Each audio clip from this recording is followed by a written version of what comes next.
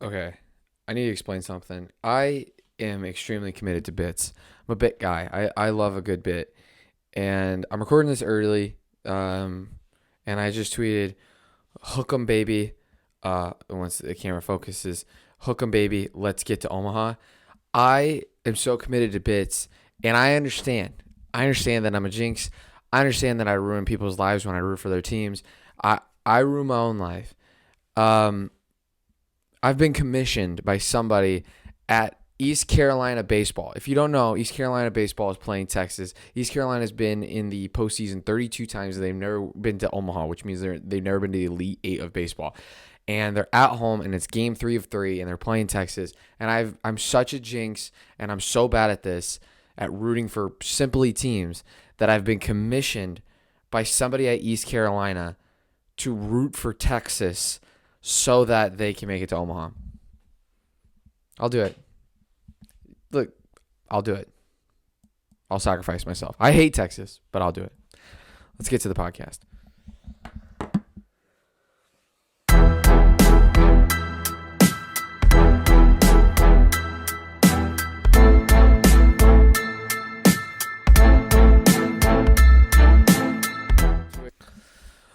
All right, welcome back to another Detroit Pierce podcast. We got a lot to talk about. Not really, but kind of. It's the summer. It's kind of that time of the year. I'm talking about college baseball. I love it. You don't, but I still talk about it. But it's just getting to that time of the year where we don't have many sports on. We just got the best sport, baseball and F1. Somebody's going to laugh at that, I think. And we've got the playoffs. So let's get to it. Tigers baseball. This week they played Toronto, and they played the Pirates. After getting swept by New York, at New York, we needed to have that sweep against Pittsburgh. We needed to win both those games, and they did. 5-3, 3-1. Skubal looked great on Tuesday against the Pirates. I'm looking at their schedule. I'm trying to remember. They barely beat Pittsburgh 3-1, which is great. And then they play Toronto at home. Look, you got to adjust your brain. You're not going to win every game. You've got to win your series or come close. And I think Toronto I predicted them to win the World Series at the beginning of the season. And I think they're still a World Series capable team, especially when you're playing their three best starters. And we have Rodriguez and Brisky pitching. Probably should have won today. Would have been really nice, especially on Miguel Cabrera celebration day. But to get 1 out of 3 against a World Series contending team, especially when you're pitching your 8th and your 9th best starters in the whole entire organization, you take it. You kind of just have to take it. So going into next week, I'm trying to be positive. I had somebody give me feedback. Pierce, you're too negative. Okay, fine. I'm going to try to be positive. Going into next week, we play the White Sox and we play the Texas Rangers. 3 against Chicago, 4 against Texas. I think a very reasonable I think to exceed expectations this week, I think the Tigers should win 2 against Chicago, and I think they should win 3 against Texas. And I think worst case scenario, I think to say a negative would be 1 against Chicago and 1 against Texas, and I'd be extremely upset. But I really think that we can get 5 this week, and that would be really nice, and I think that would help out trying to get to 500 by mid-August. All right. Miguel Cabrera Day. Let's talk about today. Miguel, so cool. Such a cool thing that the Detroit Tiger organization did. Bringing back Victor, bringing back Alex Avila. All of it. It's so cool. And it's hard to explain. It's hard to explain to a casual fan about how much Miguel Cabrera has done for this organization. He's so cool and so great to see that he gets the love and respect he deserves. Obviously, he'll probably play next year because, who wouldn't just try to gut out a $30 million a year? But he's earned it. He's earned it in the Tigers organization. He's helped out so many players to become something great. Nick Castellanos, JD Martinez, they've talked about how Miguel Cabrera helped them in their career. Victor Martinez, Alex Avila, they talked about it today. He is a great guy, a great face of the organization, and I'm just so happy for him. I'm happy for his family, and one of the greatest hitters of our generation. To have him be a Tiger is unbelievably great. Unbelievably great, and it was cool. It was very cool. I wish they would have won for him, but it just didn't. Skubal, you can't be mad at Skubal, right? He's our ace. You get to have a bad game. Here's your bad game. I don't mind, but it was really cool to see everybody come out for. It was really cool to see everybody come out for Miguel Cabrera. A little bit of Tiger bad news. Casey Mize is out for the rest of the year. He's going to get Tommy John. Walker Buehler said it on the Theo Von podcast. 90% of the guys that get Tommy John do come back. Okay, so that's what I'm hanging my hat on. I think it is going to be possible for him to come back. Is he going to come back and be the ace? Maybe not, but can he come back and be a good, solid pitcher for 20 years? Sure, why not? I'm just trying to hang on some hope here, and I'm feeling positive. I feel like he's not going to be here for the rest of this year. He probably won't play next year. But 2 years from now, when things are starting to line up and we get him back, maybe. And next year we're not going to be a World Series team. But, 2 years from now when Casey Mize is back and we're kind of starting to figure out how to be a World Series team, that'll be a nice little piece to add. So, just sucks. I feel bad for him and his wife. I feel bad for him and his family. That just sucks, and in the back of our minds, this is my problem with big major injuries like this, ACLs and Tommy Johns. In the back of our minds, you just do that, where you just automatically click it in, and he's like, okay, he's going to be back next year or 2 years from now, and he'll be completely fine. There's so much rehab, and there's so much that goes into it, that it's such a struggle, and I hope he figures it out. I hope for the best for him and his family. It's just freaking hate to see it, but moving on to the Tigers now, starting to get some players back. The lineup looks good. Meadows is back. Victor Reyes is back. Grossman's back. We're starting to see that Tigers starting lineup to get back. And I know that we haven't scored any runs in this whole entire year, but when you start to see that opening day lineup come back, you start to get excited. It's like, okay, Riley Green's going to come back here soon. You start to think, okay, the days of Daz Cameron are done, and we can start moving on, and we can maybe get some hits. Maybe we can get some players on base. So I'm getting a little bit excited that we're going to be able to hit, but not pitch. I just think that's kind of funny. We've been able to pitch all year. Are we going to be able to hit, and are we still going to be able to pitch? I don't know. I think it'll be very funny to see what the second half of the season has to do. But yeah, I feel bad for Casey Mize. In short, I feel bad for Casey Mize. I hope he can figure out how to come back.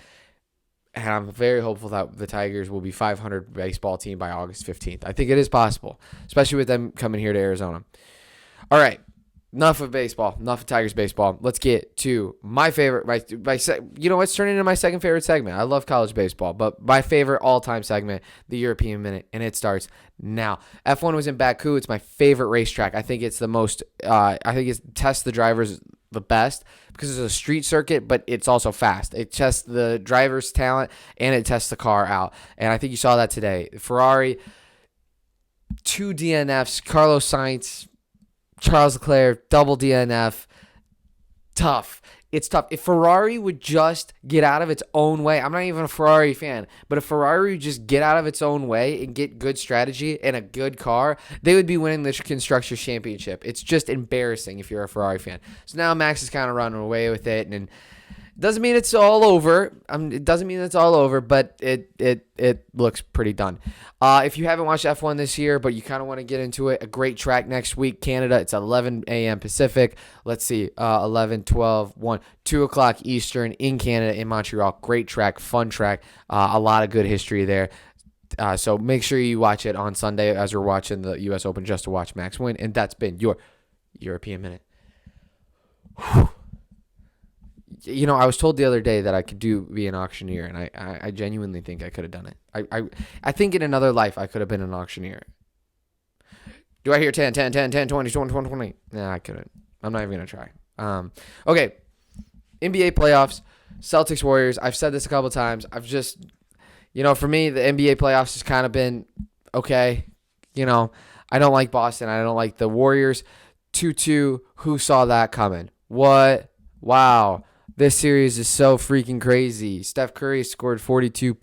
Come on, guys. This is going 7. I'm not paying attention. I'll watch Game 7. I'll tweet about it. This is going 7 games, and the Warriors are going to win. It's just how it's going to go. I just don't like both. I don't like either teams. Warriors won everything. The city of Boston's won everything.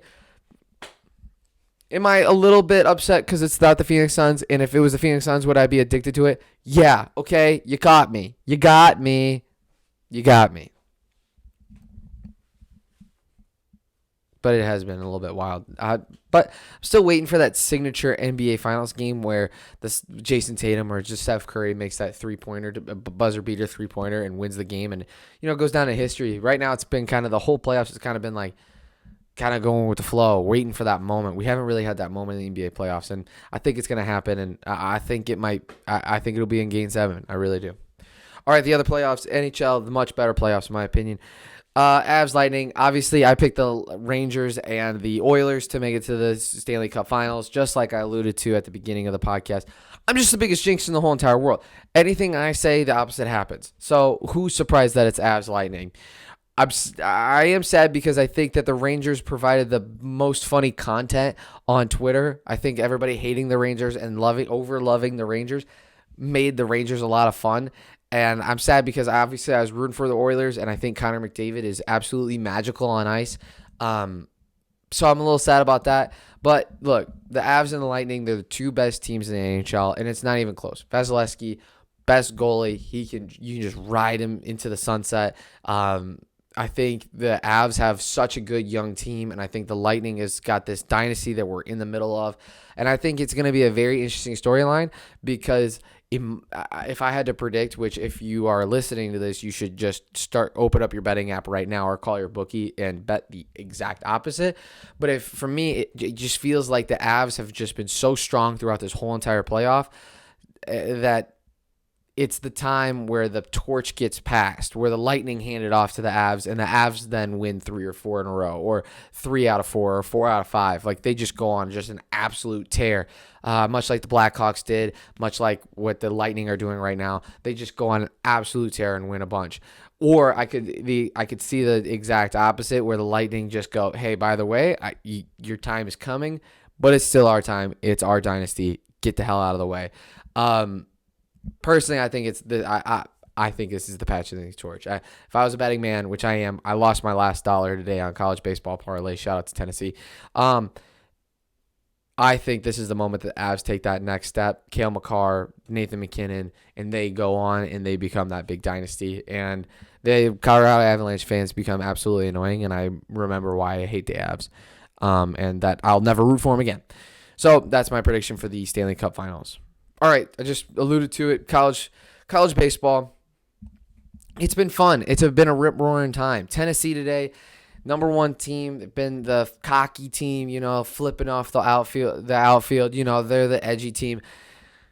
I hated Tennessee. I hated them. And it's not only because they're the number 1 team in the country, but because they're just so cocky and classless.